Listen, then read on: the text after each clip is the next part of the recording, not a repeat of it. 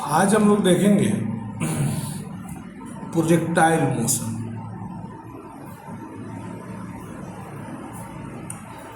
Projectile motion के बारे में इसके बेसिक इंट्रोडक्शंस, ठीक है, फिर टाइप्स ऑफ प्रोजेक्टाइल मोशन, ये सारी चीज़ें हम आपको आज बताएंगे और कुछ क्वेश्चंस भी हम लोग इसमें देखेंगे।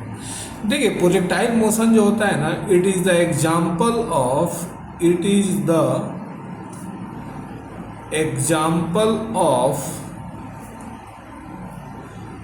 To dimensional motion.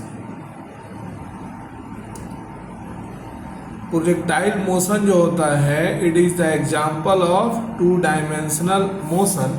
यह टू डायमेंशनल मोशन का एग्जाम्पल होता है। जैसा कि हम आपको बता दें कि फिजिक्स में हमारे सिलेबस में, ठीक है, दो तरह के टू डायमेंशनल मोशन के एग्जाम्पल हमको पढ़ना है। एक तो प्रोजेक्टाइल मोशन पढ़ना है और रिलेटिव मोशन में भी हमारे को कुछ चीज़ें पढ़नी है। उसके ऐसे सर्कुलर मोशन पढ़ना है। मतलब मेनली हम दो तरह के मोशन पढ़ेंगे जो टू डायमेंशनल मोशन का एग्जाम्पल होगा। एक होगा प्रोजेक्टाइल मोशन और दूसरा होगा सर्कुलर मोशन। तो देखिए, it is a example of two dimensional motion. अब दूसरा हमको क्या बोला जाता है कि प्रोजेक्टाइल मोशन होता क्या है, ठीक है। प्रोजेक्टाइल मोशन होता क्या है, हम इसको क्या करेंगे, डिफाइन करेंगे, ठीक है कि नहीं, कि the motion of particle, the motion of particle under the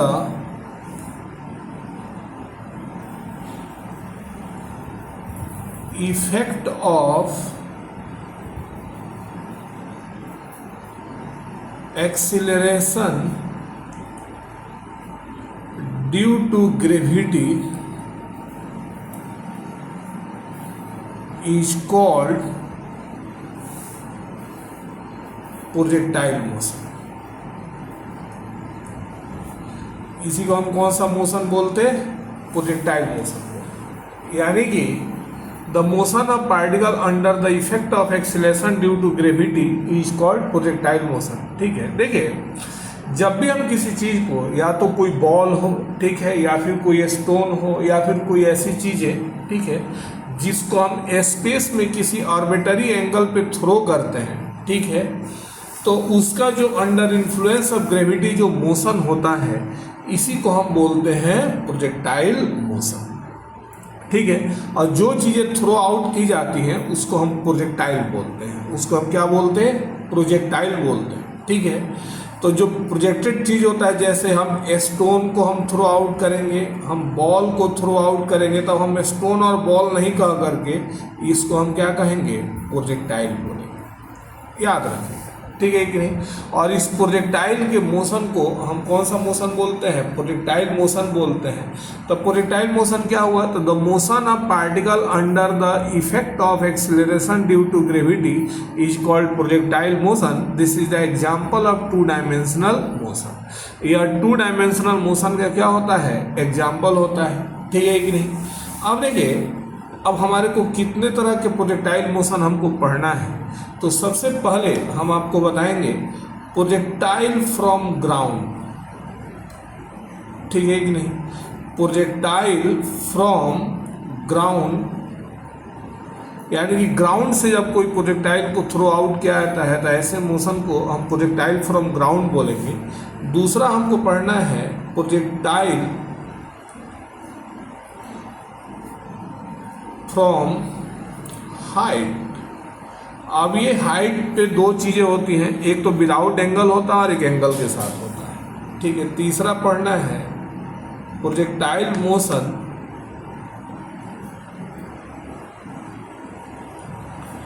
on inclined plane, ठीक है।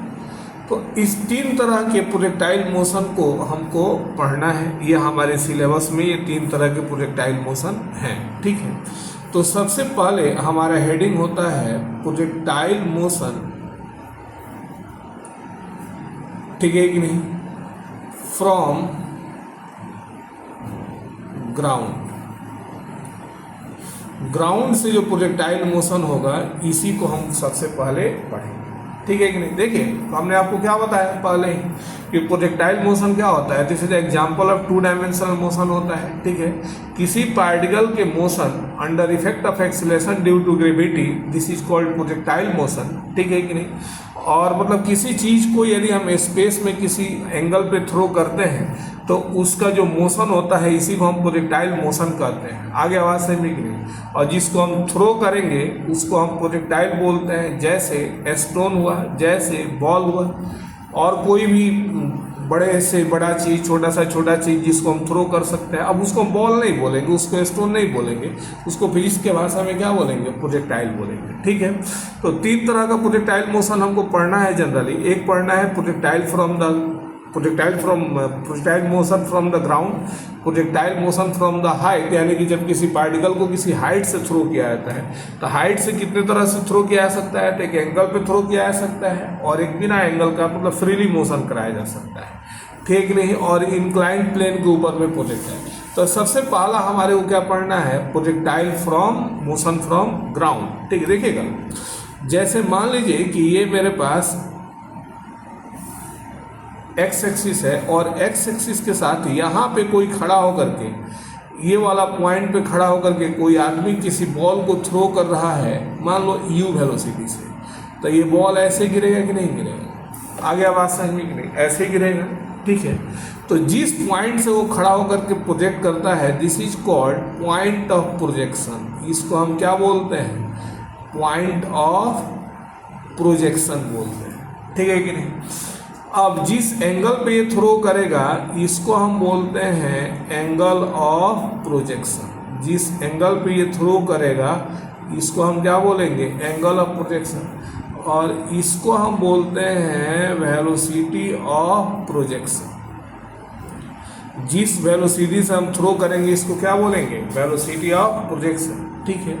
ये हो गया मेरे पास मैक्सिमम हाइट, ये क्या हो गया, मैक्सिमम हाइट, ठीक है। जिस पाथ को ये फॉलो कर रहा है, यानी कि ये वाला जो पाथ आपको दिख रहा है, ये वाला जो पाथ आपको दिख रहा है, ठीक है, इस पाथ को हम बोलते हैं पाथ ऑफ प्रोजेक्टाइल, इसको हम क्या बोलते हैं, पाथ ऑफ प्रोजेक्टाइल, या इसी को हम बोलते हैं ट्रेजेक्टरी, इसी को हम क्या बोलते हैं, ट्रेजेक्टरी। देखिएगा तो ये पाथ ऑफ प्रोजेक्टाइल जो होता है एक पैराबोलिक पाथ हो गया, कौन सा पाथ हो गया, एक पैराबोलिक पाथ हो गया, ठीक है कि नहीं, आया समझ में कि नहीं। तो पैराबोलिक मोशन कहलाया यहाँ पे, कौन सा मोशन कहलाया, पैराबोलिक मोशन कहलाया, ठीक है कि नहीं। तो इस पैराबोलिक मोशन को हम लोग जो है, यानी कि जो पैराबोलिक मोशन होता है, ठीक है, ये जो पैराबोलिक पाथ होता है, ये पैराबोलिक पाथ किसके किसके मिलने से बनता है, तो हॉरिजॉन्टल मोशन, ठीक है बाबू, कौन सा मोशन, हॉरिजॉन्टल मोशन, अब प्लस में कौन सा मोशन, वर्टिकल मोशन, ठीक है कि नहीं।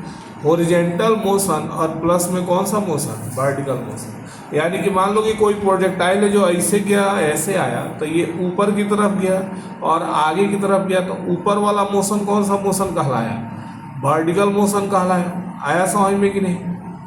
और ये इधर की तरफ गया तो इधर वाला मोशन कौन सा मोशन कहलाया, हॉरिजॉन्टल मोशन कहलाया, ठीक है।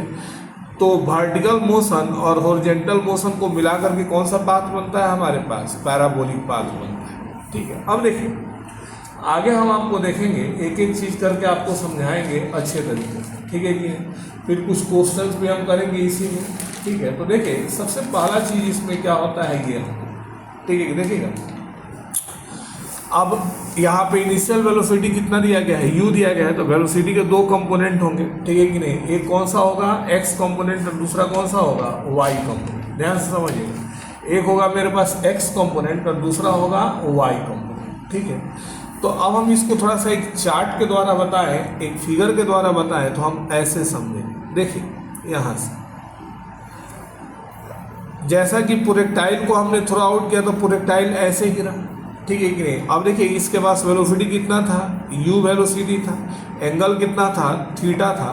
तो इसके कंपोनेंट जब हम निकालेंगे तो इसका 2 कंपोनेंट आता है बाबू, एक होता है u cos थीटा और दूसरा होता है u sin थीटा। देखिएगा। तो अब यदि हम यहाँ पे देखें तो जैसे जैसे जैसे हम ऊपर की तरफ जाएंगे तो u cos थीटा जो है ये रिमेन्स सेम रहेगा, बट u sin थीटा जो है घटते जाएगा। फिर जब हम यहाँ आते हैं एट द मैक्सिमम हाइट तो u y जो होता है यानी u sin थीटा 0 हो जाता है। यहाँ पे सिर्फ और सिर्फ क्या बचता है, u cos थीटा। फिर जब हम यहाँ से इधर की ओर बढ़ेंगे तो फिर से ये u cos थीटा होगा। अब ये u sin थीटा धीरे धीरे फिर बढ़ेगा। फिर जब यहाँ पे आएंगे तो फिर से ये u cos थीटा होगा, फिर से ये u sin थीटा होगा। जब हम यहाँ आएंगे तो हम देखेंगे u cos थीटा और ये क्या हो गया, u sin थीटा। जो वेलोसिटी इसके पास ये था वही वाला वेलोसिटी यहाँ पे आया। अच्छा एक बात देखिए, इस चार्ट में आपको क्या समझ में आ रहा है कि eight the maximum height of path of projectile, ठीक है कि नहीं, ये जो मैक्सिमम हाइट पे ये रीच कर रहा है तो इस मैक्सिमम हाइट पे यू वाई किसके बराबर है, 0 के बराबर। यानी कि वाई कंपोनेंट ऑफ वेलोसिटी जो है एट द मैक्सिमम हाइट किसके बराबर होता है, 0 के बराबर होता है। ठीक है, एक तो चीज याद रहेगा आपको। और दूसरा बात देखिएगा आप यू cos थीटा हर जगह पे ये लाइन देखिएगा सेम है, हर जगह पे लाइन क्या है, सेम है। तो यदि हम 2 पॉइंट यहाँ से लिखें तो देखिएगा मजे की बात है, सबसे पहला पॉइंट क्या लिखेंगे, ठीक है, हॉरिजॉन्टल कंपोनेंट, ठीक है कि नहीं, बिल्कुल बेसिक से हम लेकर के चल रहे हैं, बिल्कुल बेसिक है, ठीक है। Horizontal component of velocity during the motion, horizontal component of velocity during the motion remains constant,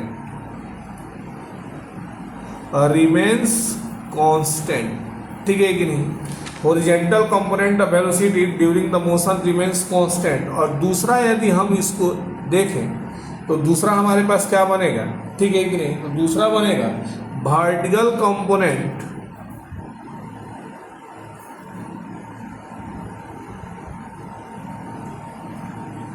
of velocity, vertical component of velocity first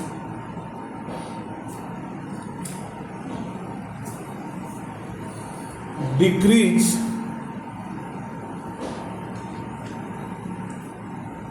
to 0, first decrease to 0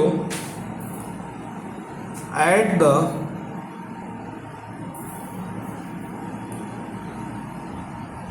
maximum height at the maximum height and then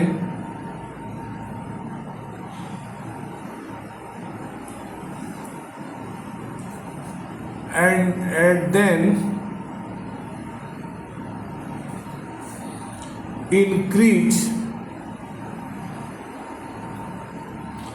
during the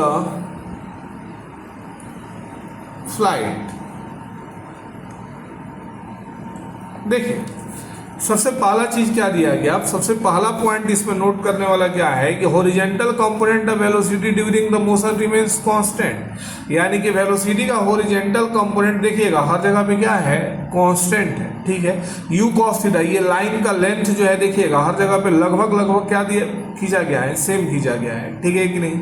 लेकिन y component देखिएगा ऊपर जैसे बढ़ रहे हैं वैसे कम हो रहा है, और एकदम से जब ऊपर चल जाते हैं तो यहाँ पे y कंपोनेंट ऑफ वेलोसिटी किसके बराबर हो जाता है, 0 के बराबर। यानी कि vertical component of velocity first decrease, जैसे जैसे हम ऊपर जाएंगे तो पहले वो क्या होगा, डिक्रीज होगा टू 0, डिक्रीज होते होते कहाँ पे पहुंचेगा, 0 पे एट द मैक्सिमम हाइट। यानी कि क्या लिखा गया, एट द मैक्सिमम हाइट, ऊपर जैसे y कंपोनेंट जाएगा तो धीरे धीरे घटेगा घटेगा घटेगा, और एट द मैक्सिमम हाइट पे y कंपोनेंट ऑफ वेलोसिटी किसके बराबर है बेटा, 0 के बराबर। And then increase during the flight, ठीक है। फिर देखिएगा ऊपर से जैसे नीचे आ रहा है तो ये इंक्रीज हो रहा है, ठीक है। तो ये चीज आपको समझ में आनी चाहिए। तीसरा यदि हम यहाँ पे एक पॉइंट नोट करें, ठीक है कि नहीं, तो तीसरा पॉइंट क्या नोट करेंगे, तो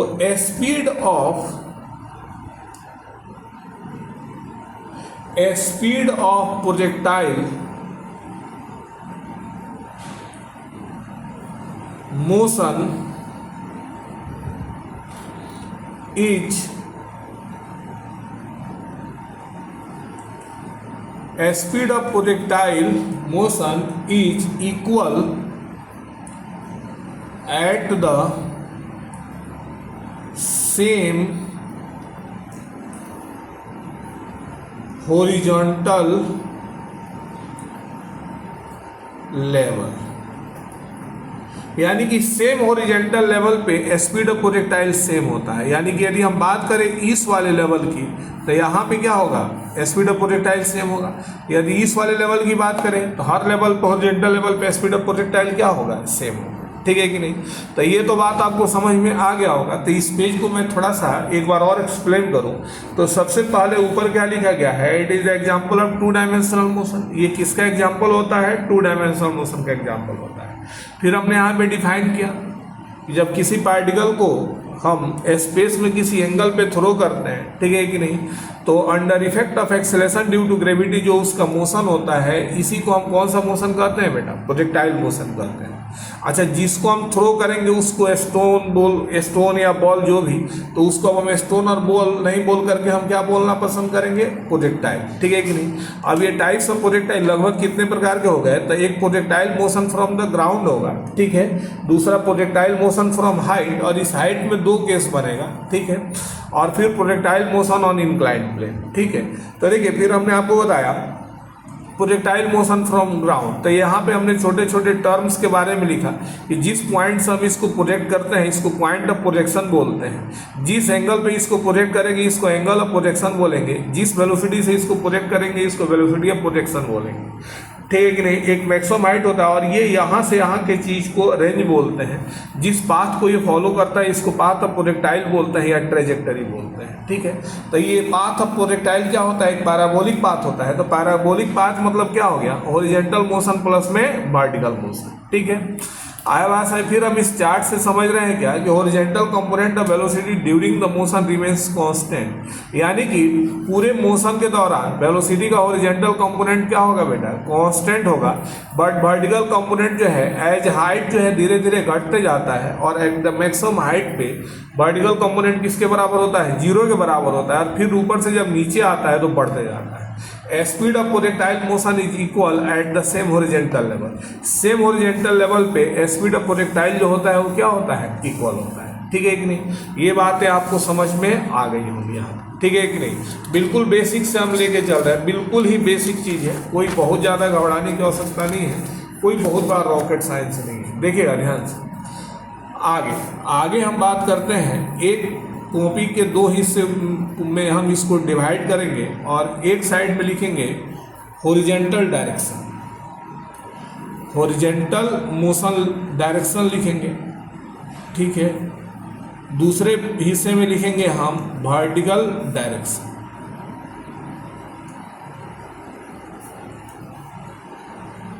ठीक है, एक हिस्से में हमने क्या लिखा, हॉरिजॉन्टल डायरेक्शन, ठीक है, दूसरे हिस्से में हमने क्या लिखा, वर्टिकल डायरेक्शन। देखिएगा, जब बात करते हैं हॉरिजॉन्टल डायरेक्शन का तो इसमें इनिशियल स्पीड जो होता है, ठीक है, इनिशियल वेलोसिटी, तो इनिशियल वेलोसिटी होगा ux, ठीक है कि नहीं। ux जो होगा ये किसके बराबर होता है बेटा, u cos थीटा के बराबर होता है। ठीक है, तो हॉरिजॉन्टल डायरेक्शन में इनिशियल वेलोसिटी किसके बराबर हो गया, u cos थीटा के बराबर। एक्सीलरेशन जो होता है, ठीक है, एक्सीलरेशन यदि हम लिखेंगे तो x बराबर कितना होता है, 0। यानी याद रखिएगा कि हॉरिजॉन्टल डायरेक्शन में एक्सीलरेशन किसके बराबर होता है, 0 के बराबर। ठीक है कि नहीं। फाइनल वेलोसिटी जो होता है, ठीक है, फाइनल वेलोसिटी क्या होता है, तो v equal to u a into t लिखेंगे तो सब x में लिखेंगे तो x कर देंगे, ठीक है कि नहीं। तो vx जो होगा बेटा, ये ux कितना दिया गया है, u cos थीटा, और एक्सीलरेशन 0 है, यानी vx किसके बराबर हो गया, u cos थीटा के बराबर। देखिएगा, इस फॉर्मूले से भी आपको एक बात समझ में आ गया होगा कि हॉरिजॉन्टल कंपोनेंट ऑफ वेलोसिटी जो है वो क्या है, हॉरिजॉन्टल डायरेक्शन में वेलोसिटी कांस्टेंट है, जो इनिशियल वेलोसिटी है वही फाइनल वेलोसिटी है। आ रहा है बात समझ में कि नहीं। यानी कि horizontal component of velocity remains same ठीक है, ये बात आपको यहाँ से इस फॉर्मूले से भी निकल करके आ गया। ठीक है, जो हमने पार्ट चार्ट में बताया था वही चीज़ें यहाँ भी समझ में आ गई। पिछले फिगर में जो हमने आपको बताया था वो भी चीज़ें फॉर्मूला से भी आ गया। आप देखिए हॉरिजॉन्टल डायरेक्शन में एक्स डिस्प्लेसमेंट कितना हो, ठीक है कि नहीं।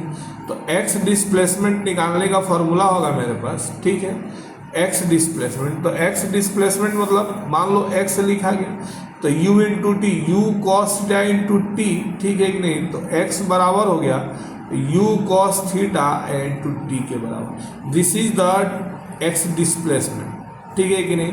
यानी कि हॉरिजॉन्टल डायरेक्शन में डिस्प्लेसमेंट किसके बराबर निकल गया, u cos theta into T के बराबर। देखिएगा ध्यान से। अब हम वर्टिकल मोशन, वर्टिकल डायरेक्शन की बात करेंगे। किसकी बात करेंगे हम, वर्टिकल डायरेक्शन की। ठीक है, तो वर्टिकल डायरेक्शन में जो इनिशियल वेलोसिटी होता है, ठीक है, वर्टिकल डायरेक्शन में जो इनिशियल वेलोसिटी होता है ये होता है यू वाई बराबर होता है you sine theta. Vertical direction में इनिशियल वेलोसिटी किसके बराबर होता है, यू वाई बराबर होता है यू साइन थीटा। ठीक है, एक्सीलरेशन जो है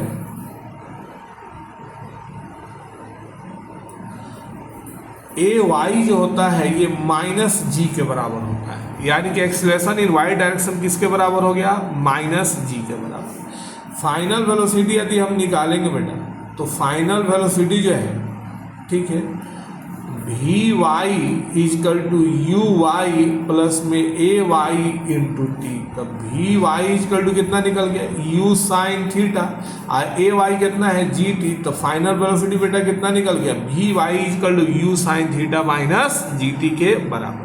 देख रहे हैं कि नहीं, यहाँ से total value u sine theta में से कुछ चीज़ें घट रही हैं। इसका मतलब क्या है कि जैसे जैसे हम ऊपर जाएंगे वर्टिकल डायरेक्शन वेलोसिटी क्या होगा, घटेगा, और एक ऐसे लेवल पे मैक्सिमम हाइट पे इसका वैल्यू कितना हो जाएगा, 0, और फिर जब ऊपर से नीचे आएंगे तो ये बढ़ेगा। चलिए ठीक है, देखिए आगे जब हम बात करते हैं displacement in y direction, displacement in y direction, ठीक है, तो वाई डायरेक्शन में डिस्प्लेसमेंट कितना होगा, तो y equal to u sine theta into t minus 1/2 g t square. ये फार्मूला आपको हमेशा के लिए क्या रखना है, याद रखना। ठीक है कि नहीं, आया समझ में। तो देखिए यहाँ तक अब ये सारी चीज़ें जो है, ये जो टर्म है, ये जो नाम है, ये नाम आपको हमेशा के लिए क्या रखना पड़ेगा, याद रखना पड़ेगा कि कैसे कैसे क्या होगा, किस तरह से हम लोग निकालेंगे। बहुत आसान है ये चीज़, बस वैल्यू आपको याद रखना है। ठीक है, अब देखिएगा आगे एक और फार्मूला हम देखेंगे। ठीक है, resultant speed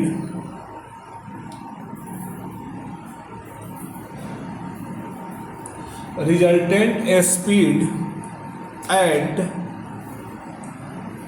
any time T, resultant speed at any time T, यानी कि प्रोजेक्टाइल के प्रोजेक्ट होने की किसी टाइम टी पर उसका रिजल्टेंट स्पीड कितना होता है।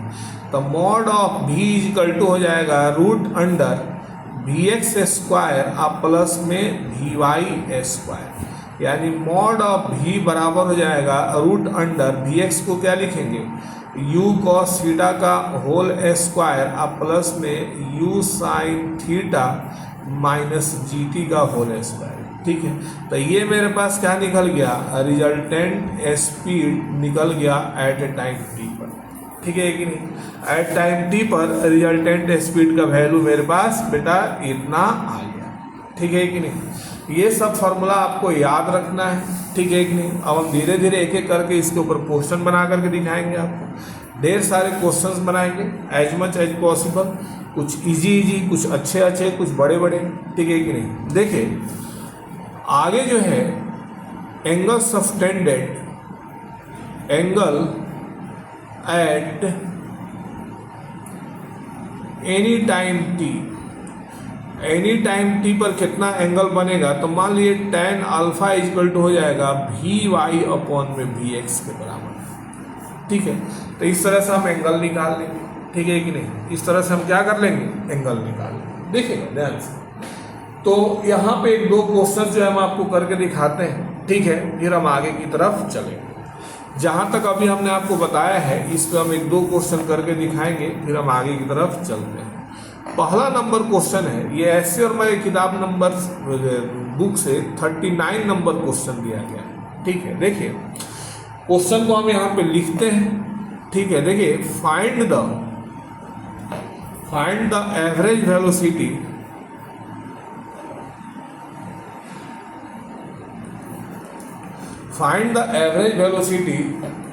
Of projectile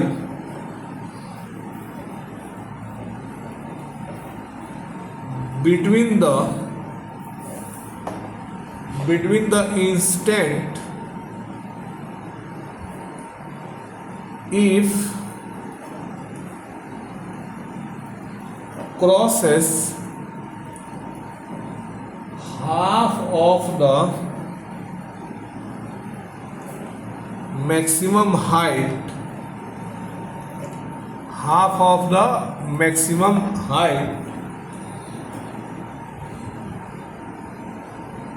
if it is projected with a speed u at an angle theta with the horizontal। देखिए क्वेश्चन में क्या कह रहा है, ठीक है कि नहीं। क्वेश्चन में क्या कह रहा है कि एक प्रोजेक्टाइल है जो हॉरिजॉन्टल के साथ किसी एंगल थीटा पे प्रोजेक्ट किया जा रहा है। तो जब वो हाफ ऑफ मैक्सिमम हाइट पे आ रहा है, मान लीजिए हाफ ऑफ मैक्सिमम हाइट यहाँ हुआ, तो इस वाले पॉइंट पर, इस वाले पॉइंट पे वेलोसिटी का u component y x component कितना होता है u cos थीटा, और यहाँ भी होगा u cos थीटा। हमने आपको बताया है कि हॉरिजॉन्टल लेवल पे स्पीड क्या होता है, सेम होता है। तो यदि इसका एवरेज निकालना होगा तो एवरेज का कितना होता है u plus v upon 2 with constant acceleration के लिए। तो u को भी कितना मान लो बेटा, u cos थीटा, अब प्लस में v को भी कितना मान लो, u cos थीटा अपॉन में 2, तो v बार इजकल टू हो जाएगा 2u cos थीटा अपॉन में 2, तो 2 से 2 कट गया, यानी v बार बराबर कितना निकल गया, 2 cos थीटा के बराबर मीटर पर सेकेंड। तो दिस इज योर आंसर, यही आपका क्या हो गया आंसर। ठीक है कि नहीं। तो इस तरह से हम इस आंसर को फाइंड आउट कर लेते हैं कि हमारे पास आंसर कितना हो गया। तो v बार इजकल टू हो गया u cos थीटा मीटर पर सेकेंड। ठीक है, अब देखिए अगला एक क्वेश्चन है, ये क्वेश्चन भी हम करके दिखाते हैं आपको। ठीक है कि नहीं। एक क्वेश्चन दिया गया है क्या कि कोई पार्टिकल है, ठीक है, एक पार्टिकल है जिसका स्पीड जो दिया गया है मेरे पास, ठीक है, उसका स्पीड दिया गया है 10 मीटर पर सेकेंड। स्पीड कितना दिया गया है 10 मीटर पर सेकेंड, और एंगल दिया गया है 37 डिग्री। ठीक है कि नहीं। स्पीड दिया गया 10 मीटर पर सेकेंड से प्रोजेक्ट किया गया और एंगल है 37 डिग्री। तो कह रहा है क्या कि find out x and y displacement of particle after time t बराबर 2 सेकेंड। देखिएगा x और y displacement of particle after time t बराबर 2 सेकेंड। तो सबसे पहले हम इसका x और y कंपोनेंट निकाल लेंगे। तो ux और uy, तो ux निकालेंगे बेटा तो कितना होगा, तो u cos 37, u का वैल्यू 10 आ गया, 4/5, तो कितना आ गया बेटा 8 मीटर पर सेकेंड। अच्छा यू वाई निकालेंगे तो कितना होगा, तो u sin 37, ठीक है, तो 10 इंटू 3/5 कट गया, कितना आ गया 6 मीटर पर सेकेंड। ठीक है, देखिए अब हमारे पास x डिस्प्लेसमेंट निकालना है, x डायरेक्शन में डिस्प्लेसमेंट। तो x डायरेक्शन में डिस्प्लेसमेंट निकालना है बेटा, तो x डायरेक्शन में वेलोसिटी कितना दिया गया है, तो x equal to u into t होता है। u इंटू कितना हो गया, u cos theta into t लिखेंगे ऐसे, ठीक नहीं, तो u x लिख दो यहाँ पे, ठीक है। तो u x कितना निकला है बेटा 8 निकला है, और टाइम कितना लेना है 2 मीटर, तो 16 मीटर हो गया। अच्छा y डिस्प्लेसमेंट कितना होगा यहाँ पे, y डिस्प्लेसमेंट जो होगा मेरे पास, ठीक है, y डिस्प्लेसमेंट कितना होगा, तो y डिस्प्लेसमेंट कितना होगा, तो y equal to u y into t लिख दो बेटा। तो y इक्वल टू कितना हो गया, y किसको रिप्रेजेंट कर रहा है, y एक्सिस में डिस्प्लेसमेंट, ठीक है। u साइन थीटा कितना निकला है, 6 निकला है, i इंटू टाइम कितना है 2, तो y डिस्प्लेसमेंट कितना हो गया 12 मीटर के बराबर, ठीक है। तो देखिए ये चीज़ें भी आपको समझ में आनी चाहिए, ठीक है। इस तरह से इस क्वेश्चन को भी हमने क्या किया, करके आपको दिखा दिया। अब देखिए एक अगला क्वेश्चन, बड़ी आसान सा क्वेश्चन है ये, इसमें कोई बहुत बड़ा ये नहीं है, क्योंकि मैं यही आपको बताना चाह रहा हूँ कि कैसे हम ये समझते हैं कि एक्स डिस्प्लेसमेंट कैसे निकालेंगे, वाई डिस्प्लेसमेंट कैसे निकालेंगे और इनका कंपोनेंट कैसे लेंगे, ये चीज़ें हम आपको बताना चाह रहे हैं। अगला क्वेश्चन दिया गया है, एक पार्टिकल है, ठीक है कि नहीं, जिसका स्पीड दिया गया है u इक्वल टू 10 मीटर पर सेकेंड, ठीक है, एंगल दिया गया है 37 डिग्री, और इस पार्टिकल के पास एक्सीलरेशन दिया गया है, ठीक है कि नहीं, 10 मीटर पर सेकेंड स्क्वायर, और एंगल दिया गया है 53 डिग्री। तो देखिए अब हमसे कहा जा रहा है क्या कि find out, question find out x and y displacement of particle after time t is equal to 2 second. x और y displacement of particle after time t is equal to 2 second, या तो ऐसे बोले कि time t is equal to 2 second, यानी 2 second पे x direction और y direction में डिस्प्लेसमेंट निकालना है, ठीक है। अच्छा पार्टिकल के पास क्या दिया गया है बेटा, तो उसके पास एक्सेलरेशन दिया गया है जो x एक्सिस से कितना डिग्री पे है, 53 डिग्री पे है, और उसका स्पीड दिया गया है, उसका वेलोसिटी दिया गया है जो x डायरेक्शन से 37 डिग्री पे है। तो चलिए हमको सबसे फर्स्ट ऑफ ऑल क्या करना होगा, ठीक है, इन दोनों के कंपोनेंट निकालने होंगे, ठीक है। तो u x जब हम निकालेंगे तो कितना होगा u cos 37, तो u cos, तो u का वैल्यू 10 और 37 का वैल्यू होता है 4/5, कट गया तो कितना निकल गया 8 मीटर पर सेकेंड, यानी u डायरेक्शन में, ठीक है कि नहीं, u डायरेक्शन में, सॉरी x डायरेक्शन में वेलोसिटी कितना निकल गया बेटा 8 मीटर पर सेकेंड। अच्छा ax निकाल लें, तो ax जब निकालेंगे तो a cos 53 डिग्री, तो 10 इंटू 3/5 कट गया तो 6 मीटर पर सेकेंड स्क्वायर निकल गया। अच्छा एक बात बताइए, ये तो चीज़ क्लियर हो गया कि x डायरेक्शन में वेलोसिटी कितना निकल गया 8 मीटर पर सेकेंड, और x डायरेक्शन में एक्सीलरेशन कितना निकल गया 6 मीटर पर सेकेंड स्क्वायर, ठीक है कि नहीं। अब हमको x डायरेक्शन में डिस्प्लेसमेंट निकालना है, तो x डिस्प्लेसमेंट क्या लिखेंगे, x डिस्प्लेसमेंट जब हम निकालेंगे तो x डिस्प्लेसमेंट, तो x equal to u x into t plus 1/t a x into t का स्क्वायर, ठीक है। तो x बराबर, चूंकि यहाँ पे x डिस्प्लेसमेंट है तो इसलिए x लिख दिया हमने, यू एक्स कितना निकला है बेटा 8 निकला है, 8 इंटू 2 प्लस 1/2 इंटू 6 इंटू 2, 2 या 4 होता है, तो 2 का 2 हो गया, तो x बराबर निकल गया 16 और प्लस 12 यानी कि 28 मीटर के बराबर। खूब अच्छे से इसको समझ लेना बेटा, ठीक है कि नहीं। x डायरेक्शन में डिस्प्लेसमेंट कितना निकल गया 28 मीटर के बराबर। अब देखिएगा, अब हमको y डायरेक्शन की बात करनी है, तो सबसे पहले हम इसका कंपोनेंट लेते हैं, किसमें, y डायरेक्शन में u y जो होगा बेटा, तो u साइन 37, तो u का वैल्यू कितना दिया गया 10 और 37 यानी कि 3/5 यानी कि 6 मीटर पर सेकेंड, यानी y डायरेक्शन में स्पीड कितना है 6 मीटर पर सेकेंड। ए वाई जब निकालेंगे तो a साइन 53 डिग्री यानी कि 10 और इंटू 4/5 कट गया, तो 8 मीटर पर सेकेंड स्क्वायर, यानी कि देखिएगा y एक्सिस में स्पीड कितना है 6 मीटर पर सेकेंड और y एक्सिस में एक्सीलरेशन कितना है 8 मीटर पर सेकेंड स्क्वायर, ठीक है कि नहीं। तो y एक्सिस में मेरे पास स्पीड कितना निकल गया बेटा 6 मीटर पर सेकेंड, और y एक्सिस में एक्सेलरेशन कितना निकल गया 8 मीटर पर सेकेंड स्क्वायर। ठीक है, अब y डिस्प्लेसमेंट जब हम निकालेंगे तो y डिस्प्लेसमेंट निकालने के लिए हम यहाँ से y से रिप्रेजेंट कर देते हैं क्योंकि y डायरेक्शन में है। तो y इक्वल टू हो जाएगा u y t प्लस में 1 a y t का स्क्वायर।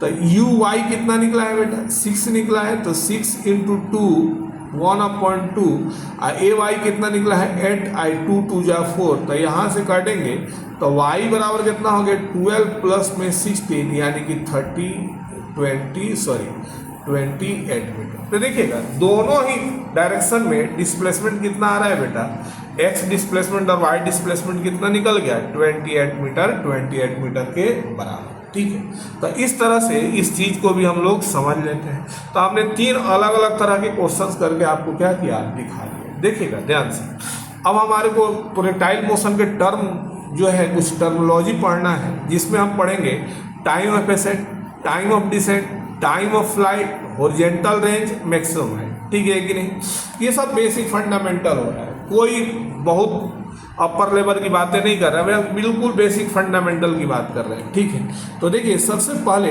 यहाँ से एक चार्ट बनाएंगे, एक फिगर बनाएंगे। ठीक है, वही वाला नॉर्मल प्रोजेक्टाइल का एक फिगर बनाएंगे हम। ठीक है, इस तरह से, और ये मेरे पास इसका स्पीड हो गया। देखिए ये मेरे पास यहाँ से मैक्सिमम हाइट हुआ, तो यहाँ से यहाँ तक जाने में जो टाइम लगता है इसको हम बोलते हैं TA टाइम ऑफ डिसेंट, और यहाँ से यहाँ आने में जो टाइम लगता है इसको हम बोलते हैं TD टाइम ऑफ एसेंट और टाइम ऑफ डिसेंट। और ये टाइम ऑफ एसेंट और टाइम ऑफ डिसेंट को जोड़ करके हम बोलते हैं टाइम ऑफ फ्लाइट। तो सबसे पहले टाइम ऑफ एसेंट के लिए हम इक्वेशन प्राप्त करते हैं, time of accent. Time of accent मतलब होता है ऊपर जाना, एसेंट मतलब क्या होता है बेटा ऊपर जाना। तो ऊपर जाने में लगा, इसको एक सबस्क्रिप्ट ए दे करके इसका सिंबल दे देंगे TA। ठीक है, अच्छा देखिए ऊपर जाने का मतलब हो गया सब चीज y डायरेक्शन में, तो y डायरेक्शन में फॉर्मूला क्या लिखेंगे बेटा Vy equal to uy plus में ay इंटू टी। तो देखिएगा at the maximum height Vy कितना बोले थे हम आपको 0 बोले थे। ठीक है कि नहीं, अच्छा uy इनिशियल वेलोसिटी जो है y डायरेक्शन में कितना है u साइन थीटा, अब y डायरेक्शन में एक्सेलरेशन कितना है -g और t हो गया। तो t बराबर कितना निकल गया u साइन थीटा अपॉन में g के बराबर। यहाँ एक सबस्क्रिप्ट इस्तेमाल कर दीजिए a, ताकि हमको समझ में आएगा कि हम टाइम ऑफ एसेंट की बात कर रहे हैं। आ गया समझ में कि नहीं? तो टाइम ऑफ एसेंट का फॉर्मूला कितना हो गया बेटा u साइन थीटा अपॉन में g। देखिएगा अच्छा इसको TA इसको आप ऐसे भी लिख सकते हैं uy अपॉन में g, चूँकि हम आगे चल करके वेक्टर के टर्म में भी क्वेश्चंस को हमको देखना होता है। ठीक है, तो हम कंपोनेंट के टर्म में इसको लिख सकते हैं uy अपॉन में g। अच्छा एक बात बताते हैं, अब हमको क्या निकालना है बेटा टाइम ऑफ डिसेंट निकालना है, टाइम ऑफ डिसेंट। देखिए टाइम ऑफ डिसेंट क्या होता है, तो आपको ये एक बात बता दें कि जितना टाइम ऊपर से नीचे से ऊपर जाने में लगता है उतना ही टाइम ऊपर से नीचे आने में लगता है। यदि एयर रेसिस्टेंस इग्नोर है, यानी हवा के द्वारा एयर के द्वारा किसी तरह का रेसिस्टेंस प्रोड्यूस नहीं किया जा रहा है, इसका मतलब क्या है कि TA जो है TD के क्या है इक्वल है। इसका मतलब है कि टाइम ऑफ डिसेंट भी जो है ये u sine theta upon g के क्या होगा इक्वल होगा, यानी कि time of descent uy upon में g के क्या होगा इक्वल होगा। चलिए तो आपको यहाँ पे दो चीज़ें तो समझ में आ गई कि टाइम ऑफ एसेंट कितना हो गया u साइन थीटा अपॉन में g, और टाइम ऑफ डिसेंट भी कितना हो गया u साइन थीटा अपॉन में g। इसको हम यूनिट वेक्टर कंपोनेंट के टर्म में लिखना चाह रहे हैं uy अपॉन में g और uy अपॉन में g लिख सकते हैं। आगे देखते हैं। ठीक है, आगे हम देखते हैं इसको। ठीक है, अभी हम प्रोजेक्टाइल के बेसिक को ख़त्म कर देंगे इस लेक्चर के अंदर में। अब हमको देखना है बेटा टाइम ऑफ फ्लाइट। तो देखिए टाइम ऑफ फ्लाइट का मतलब हो गया कि वो कितना देर तक एयर में रहा। टाइम ऑफ फ्लाइट का मतलब क्या हो गया कि वो कितना देर तक एयर में रहा। अच्छा एक बात बताते हैं, इस सीरीज में आपको बहुत बड़े बड़े क्वेश्चन भी मिलेंगे, बट क्या है हम लोगों को बेसिक से एकदम ऊपर की तरफ जाना है। ऐसा नहीं कि मैंने 2 IIT के क्वेश्चन सेलेक्ट करके और वो बना दिया और ये हो गया, ऐसा नहीं। हम नीचे से बिल्कुल ऊपर की तरफ जाएंगे। इसमें DC पांडे के भी क्वेश्चन बताएंगे, PY सब चीज़ बताएंगे, तो इसलिए 4-5 ही क्वेश्चन बनेंगे, बट अच्छे अच्छे क्वेश्चन बनेंगे। ठीक है, तो नीचे से ऊपर की तरफ चलना है अपने को, मतलब बिगनिंग से ऊपर की तरफ। ठीक है, देखिए टाइम ऑफ फ्लाइट क्या हो गया TF, तो TF बराबर होता है, अच्छा देखिए 2 तरह से हम टाइम ऑफ फ्लाइट निकाल करके दिखाएंगे आपको। TF बराबर हो गया TA अब प्लस में TD, यानी कि जितना टाइम ऊपर नीचे से ऊपर जाने में लगा और जितना टाइम ऊपर से नीचे आने में लगा, तो TF बराबर हो गया U साइन थीटा अपॉन में G, अब प्लस में कितना हो गया बेटा U साइन थीटा अपॉन में G, चूंकि TA और TD आपस में क्या थे, इक्वल थे, तो TF बराबर हो गया 2U साइन थीटा अपॉन में G के बराबर। तो ये मेरे पास टाइम ऑफ फ्लाइट का क्या आ गया, फॉर्मूला आ गया 2U साइन थीटा अपॉन में G के बराबर। अच्छा इसको आप ऐसे भी लिख सकते हैं 2UY अपॉन में G, आ गया समझ में कि नहीं। ठीक है, तो इस तरह से हम लोग टाइम ऑफ फ्लाइट का ही फॉर्मूला निकाल करके आपके सामने हमने दे दिया। अच्छा इसका अल्टरनेट मेथड एक देखते हैं, इसका एक अल्टरनेट मेथड देखते हैं। ठीक है, सेकेंड मेथड लिख सकते हैं, अल्टरनेट मेथड लिख सकते हैं, कोई भी चीज़ लिख सकते हैं। ठीक है, देखिए तो इसका एक सेकेंड मेथड देखेंगे। सेकेंड मेथड में क्या है कि जैसे टाइम फ्लाइट का मतलब क्या हुआ, कितना देर तक वो हवा में रहा, तो जहाँ से गिरा, ठीक है कि नहीं, और फिर वहीं पे आ गया, तो S बराबर हम लिख सकते हैं UYT अब प्लस में 1/2AY इंटू TS का। अच्छा जहाँ से चला वहीं पे आ गया, तो नेट डिस्प्लेसमेंट कितना हो गया 0, U sine theta T minus 1/2 GT square minus U sine theta T equal to में माइनस 1/2 GT स्क्वायर, माइनस से माइनस खत्म, T से T खत्म। ठीक है, तो TF जो हो गया मेरे पास, ये किसके बराबर निकल गया 2U साइन थीटा अपॉन में G के बराबर। ठीक है कि नहीं, तो ये मेरे पास अल्टरनेट मेथड भी हो गया टाइम ऑफ फ्लाइट निकालने का। ठीक है कि नहीं, तो इस अल्टरनेट मेथड से हम टाइम ऑफ फ्लाइट निकाल करके हमने आपको दिखा दी। तो इस फार्मूला से भी टाइम ऑफ फ्लाइट निकाल सकते हो, इस वाले फार्मूला से भी टाइम ऑफ फ्लाइट निकाल सकते हो। चलिए देखिए बेटा, आगे हम बात करेंगे मैक्सिमम हाइट की। किसकी बात करेंगे, मैक्सिमम हाइट की बात करेंगे। ठीक है, देखिए मैक्सिमम हाइट में क्या होता है, इसका मतलब सब चीज वाई डायरेक्शन में होगा, तो हम equation of motion, third equation of motion यदि लगाते हैं, तो VY स्क्वायर इजकल टू में UY स्क्वायर प्लस में 2AY इंटू H। तो eight the maximum height VY कितना हो गया 0, U साइन थीटा का स्क्वायर माइनस में 2GH, तो H बराबर हो गया U sine square theta, U square sine square theta upon में 2G, याद है। ठीक है कि नहीं, तो ये मेरे पास मैक्सिमम हाइट के लिए फॉर्मूला निकल गया U square sine square theta upon में 2G। चलिए देखिए, इसी को वेक्टर के कंपोनेंट के टर्म में लिखना हो तो H इक्वल टू लिख लेंगे UY स्क्वायर अपॉन में 2G के बराबर। देखिए अच्छा, सबसे मैक्सिमम हाइट, जो मैक्सिमम हाइट जो है कितना पे अटेंड करेगा, तो ये देखिए H किसके ऊपर डिपेंड कर रहा है बेटा, थीटा के ऊपर, और साइन थीटा का सबसे ज़्यादा वैल्यू किसके ऊपर होता है, तो 90 के ऊपर, यानी कि जब थीटा 90 होता है तो साइन 90 का वैल्यू 1 होता है, तो सबसे ज़्यादा वैल्यू होता है। तो H मैक्स बराबर आ गया, कितना आ गया U स्क्वायर अपॉन 2G के बराबर। ये एक मेरे पास स्टैंडर्ड रिजल्ट हो गया, ये एक मेरे पास क्या हो गया, स्टैंडर्ड रिजल्ट हो गया U स्क्वायर अपॉन में 2G के बराबर। ठीक है, देखिएगा आगे हम बात करते हैं हॉरिजॉन्टल रेंज की बात करेंगे। किसकी बात करेंगे, हॉरिजॉन्टल रेंज। ठीक है, देखिए हॉरिजॉन्टल रेंज, हॉरिजॉन्टल रेंज मतलब क्या हुआ, तो पॉइंट ऑफ प्रोजेक्शन से, ठीक है कि नहीं, पॉइंट ऑफ प्रोजेक्शन से और वो पॉइंट जहाँ पे वो प्रोजेक्टाइल क्या है स्ट्राइक कर रहा है, इस दोनों के बीच का जो डिस्टेंस होता है, this is called horizontal range. ठीक है कि नहीं, देखिएगा तो जैसे मान लीजिए कि यहाँ पे एक प्रोजेक्टाइल है, ठीक है कि नहीं, तो ऐसे गया तो ये पॉइंट ऑफ प्रोजेक्शन हुआ और ये स्ट्राइक कहाँ किया, ये किया, तो इसी को हम बोलते हैं हॉरिजॉन्टल रेंज और इसको बोलते हैं मैक्सिमम हाइट। ठीक है कि नहीं।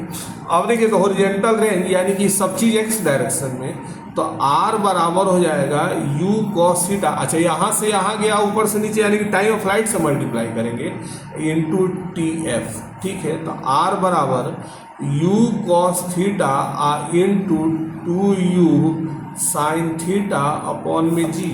तो आर बराबर हो गया 2u sine theta u cos theta upon में बेटा g के बराबर। तो ये भी मेरे पास फार्मूला है, याद रखिएगा, ये भी फार्मूला है, ये भी रेंज निकालने का फार्मूला है। बट इसी को थोड़ा सा ट्रिगोमेट्री का इस्तेमाल करके हम लिख सकते हैं you square sine 2 theta upon में g। ठीक है कि नहीं, ये वाला फार्मूला हम लिख सकते हैं। आ गया समझ में कि? ठीक है, देखिए तो ये मेरे पास रेंज का ये वाला ही फार्मूला निकल गया, ये वाला ही फार्मूला। अच्छा इसी को कंपोनेंट के टर्म में लिखना चाहे तो क्या लिख सकते हैं, तो 2ux uy अपॉन में g के बराबर। तो ये सारे हमारे फॉर्मूले हैं रेंज के लिए। अब देखिए for maximum range, for maximum range कब एक्वायर करेगा कोई भी पार्टिकल, तो मैक्सिमम रेंज के लिए वही, तो 2 थीटा बराबर कितना डिग्री 90, तो थीटा बराबर कितना हो गया 45, यानी कि 45 पर रेंज जो होगा ये क्या होगा मैक्सिमम होगा। आ गया बात समझ में कि नहीं। तो यदि हम बोले कि रेंज मैक्सिमम रेंज को प्राप्त करने के लिए हमको प्रोजेक्टाइल को कितना पे प्रोजेक्ट करना होगा, तो 45 डिग्री के एंगल पे प्रोजेक्ट करना होगा। ठीक है कि नहीं, तो हमको कौन सा रेंज प्राप्त होगा, मैक्सिमम रेंज प्राप्त होगा। ठीक है, तो ये था मेरे पास बेसिक टाइप के इंट्रोडक्शन, बेसिक चीज़ें थी। ठीक है, अच्छा एक और चीज़ आपको हम बता दें, फॉर कॉम्प्लीमेंट्री एंगल के लिए क्या होता है, रेंज का वैल्यू कॉम्प्लीमेंट्री एंगल के लिए। ठीक है, देखिए फॉर